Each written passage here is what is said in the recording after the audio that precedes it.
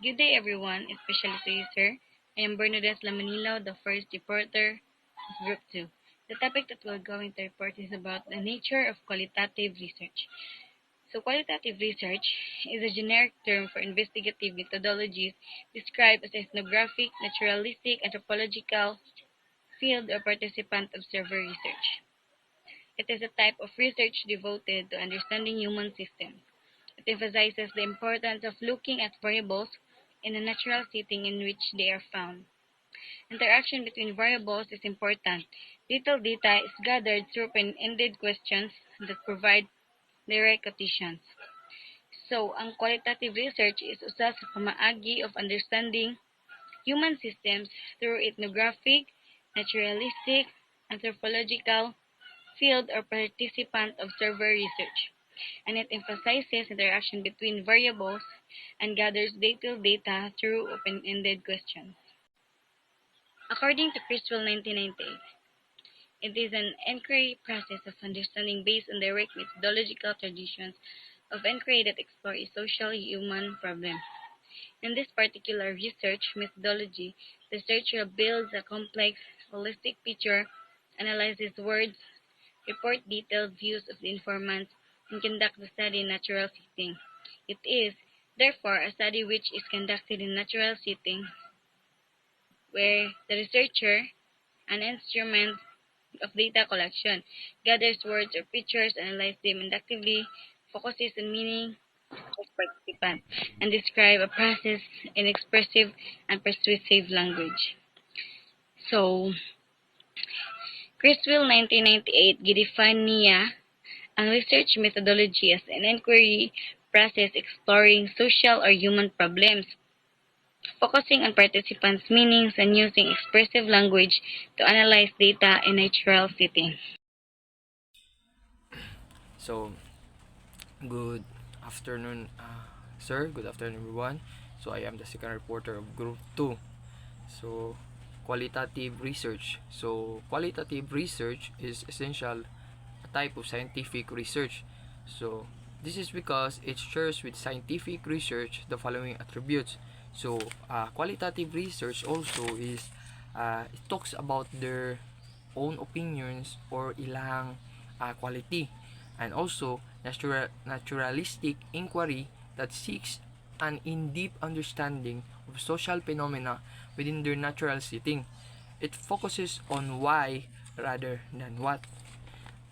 And also, qualitative research also this is because it shares with scientific research the following attributes. So, it seeks answer to questions. So, for examples, questionnaires, in one-on-one interviews, or in focus group or research na, and more. And number two, it systematically uses a predefined set of procedures to answer the questions. So, is a set of questionnaires that are set that nakaset na siya ana nga issue, and kung baga ihang mga questions is related sa issue or sa ilang topic nga napili para kumbaga naka-align na ba. And number 3, it collects evidence to respond to a question. So, munang nag-conduct sila for example, interview para makuha nila ang nagkalaing-laing mga idea sa mga tao regarding ana nga particular nga issue. And next is produce findings that are determined in advance. So, same sa 3, munang nag-conduct sila interviews para sa matubag nila ang mga pangutana nga wala pa na tubag sa uban. So, number 5, it produce findings that are applicable beyond the immediate boundaries of the study. So, muni nga murag imong i-refine ang inyuhang study, or kumbaga makatabang kag unsaong pag-refine or pag-improve sa inyong study regarding sa inyong pag-conduct o mga interviews, paghatag questionnaires o gakuha inyong mga ideas sa mga tao nga pwede makatabang sa inyong pag-usaban ng particular nga study or issue nga inyong napili. And in addition, qualitative research seeks to understand a research problem or topic from the perspective of the subjects of the study or the local population it involves, and thus it is especially effective in obtaining cultural specific information about the people's values, opinions, behaviors, social context in a particular setting. So, qualitative research, kani siya nga process is dali ra kay ninyo makuha inyo kumbaga makuha inyong mga tubag kay pinaagi lang sa pag-conduct ninyo mga interviews, one-on-one interviews, hatag questionnaires, dila inyo maibalaan ang kanang mga nagkalain-laing mga ideas sa tao. Kumbaga, for example, mga badyaw. So, mo nang nag-conduct mga badyaw. So, unsa may ikasulti sa mga tao regarding anang mga badyaw nga sige pangayo anang dalan. So, magkalain-lain yun ng mga ideas sa mga tao. So, naiuban medyo di yun sila ganahan kay kung imong tagaan mugara sige na og pangayo o ang usa pa ka concern na is magdadala sa mga bata bisag init, ulan, ang mga sa makita to sa tubod traffic light. So grabe kay ang mga ilang mga behavior kumbaga unpredictable napoy uban nga ang sa halot na kay sila kay ang uban mga hawat, manglabot yun sila basag sa mo tagaan mga suko. So nagkalain-laing mga opinion sa mga tao. So dira atong ma-base nga dali ra jud kay matubag ang usa ka particular issue kung mismo ang mga tao kabalo pud sila kung sa ilang nga itubagan nga pangutana. And lastly, qualitative research also it talks about human behaviors and their own setting in the community. And without this experience nga ilang na sinati nga particular nga issue or related na nga particular issue, unang mga mag-conduct mga or sila mag-conduct mga focus group, interview and questionnaires and more. So that's all. Hinaot nga mo'y nakatunan sa gamay lang nga panahon. So thank you. So, I'm about to report the characteristics of qualitative research. So, mao ni sila ang characteristics sa qualitative research. So, which is purpose, understanding, reality, dynamic, viewpoint, insider, values or value bound, focus, holistic, orientation, discovery, data, subjective, instrumentation, human, and condition, naturalistics, and results, valid. So mag-start sa purpose or understanding. So ang purpose or understanding, so it seeks to understand people's interpretations. So ang pasabot na dapat as a researcher kabalo ka mo as mo approach ka sa imong study sa mga tao. So kabalo po ka mo sabot silang mental or social and spiritual understanding, o kabalo po ka mo dig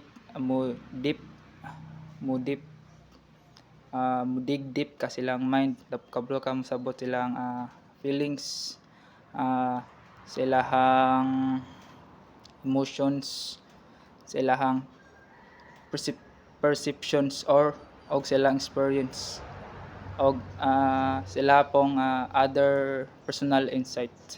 So para maka-gain ta or para makakuha ta sila or makakuha tag relevant conclusion.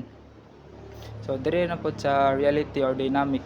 Reality changes with changes in people's perceptions. So dire so na maglaylay am jud ang tawag na nang laylay am yung perception sa tao, no. So dapat kung conduct kag research, dapat di lang kay isa ka answer imong pangitaon or di lang isa ka data. Dapat mangita kag daghan nga reliable information para if in case og ilisan nimo imuhang research o di mao or unsa ba na kulang, di ba? If nay kulang imong research, di ba, mag ilisan sa nimo, or nay mali, di ba, ilisan nimo. Dapat mag-conduct kag study, di lang kay isa or duha, dapat daghanon nimo if in case na kay ilisan, pwede ra nimo ilisan hantod na makuha nimo imuhang final nga or imuhang data nga gipangita. So data sa viewpoint insider reality, what people perceive it to be. So it means as a researcher ka, as a qualitative researcher, as approach ka sa tao or sa imong napili nga respondents, dapat kabalo ka mo taong dapat, di ba, mura siya di murag empirical, murag gagamit kag empirical ani, gamit ka sa maggamit kag experience sa tao. For example, mag-conduct kag study sa respondent nimo, kung unsay ilang nakita or unsay na kita or nadunggan nila or unsay na experience, so mao ra jud to ihatag sila nimo. Di na ka mangita paglain kay mao ra man to ilang na experience or nakita or nadunggan pa nila. So sa value bound, values will have an impact and should be understood and taken into account when conducting and reporting research. So so as a research reporter, no, reporter, as a research as a qualitative research, as a researcher, dapat ka na imong research, dapat na siya value bitaw. Dapat masabtan na, dapat ikaw mismo gikan sa imo, ikaw mismo ga kuha ng information, ikaw gahago. Dapat kana pong sulod sa imong research, dapat na po na impact sa katawhan, bali masabtan ba.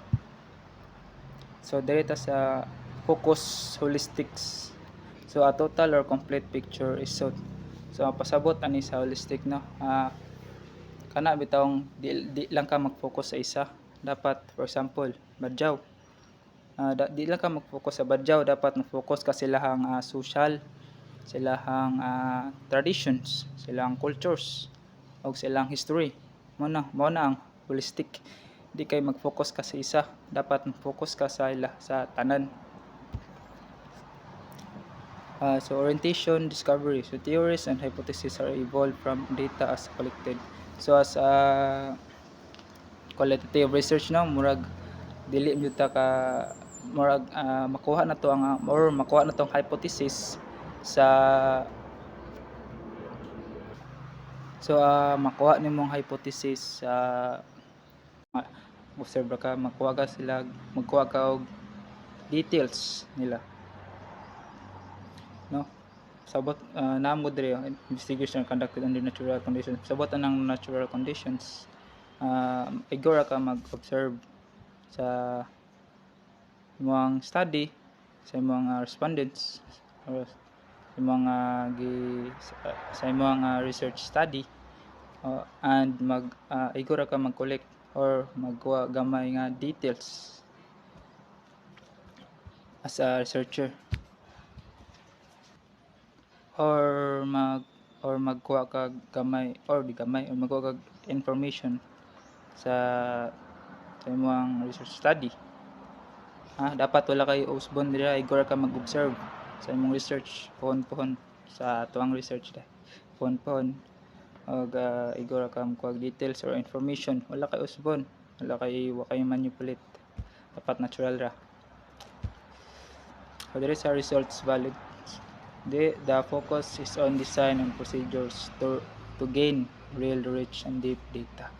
So there is a valid results, dapat ikaw mismo ang buhat ani, wala nimo doktor, wala ka gapabuhat sa AI. Dapat ikaw mismo mangita sa study, ikaw manguha sa study, ikaw mag-collect sa data, kamo dai, kamoy mag-collect sa data, kamoy conduct sa study. Di kay ikaw ray magama na. Dapat valid pod inyong study. Dapat dili gikan sa AI, dapat gikan na sa inyong respondents ang inyong study na conduct, or gikan sa internet nga nay author or nay mga or etc. pa diya. Dapat ikaw mismo gabuhat, ay ikaw mismo, dapat ikaw mismo ang mangita. Dapat kani mong results ay kani mong study dapat based on actual findings. Kamo mismo ang mangita or mag-collect sa data, kamo mangita sa study, ikay kamoy magbuhat-buhat sa study.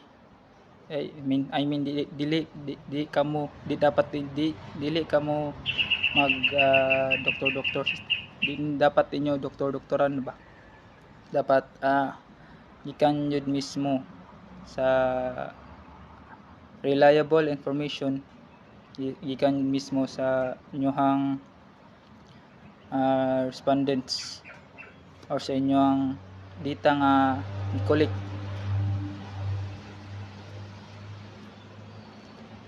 So mao to ang the characteristics of qualitative research. So makuha nimong hypothesis sa conduct nag-study, di ba? Sa chapter 1 wala tayo hypothesis, hindi makuha na to ang hypothesis if maka-conduct na ta og study. So dire pud pasabot aning sa theories, katod aning mura siya di jud mura grounded theories ba, mismo ikaw na bitaw naka-discover sa theory while for example while ka-conduct mog study, ka-collect mog data, and naka-discover bitaw mog theory. So mao na siya pasabot diri sa orientation discovery. Kani siya ba,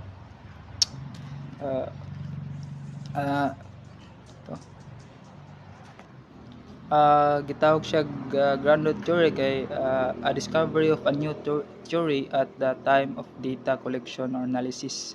Mano pasabot sa orientation discovery. While ka-conduct mog data, while ka-collect mog data, conduct nun, while ka-conduct mog study, ka-collect mog data, namoy bali maka-discover mog inyuhang kagalingon nga theory. So subjective, data are perception of the people in the environment. So there is data subjectives, dapat imuha na bitaw nga nanakaidan respondents, di ka patakag pili og respondents.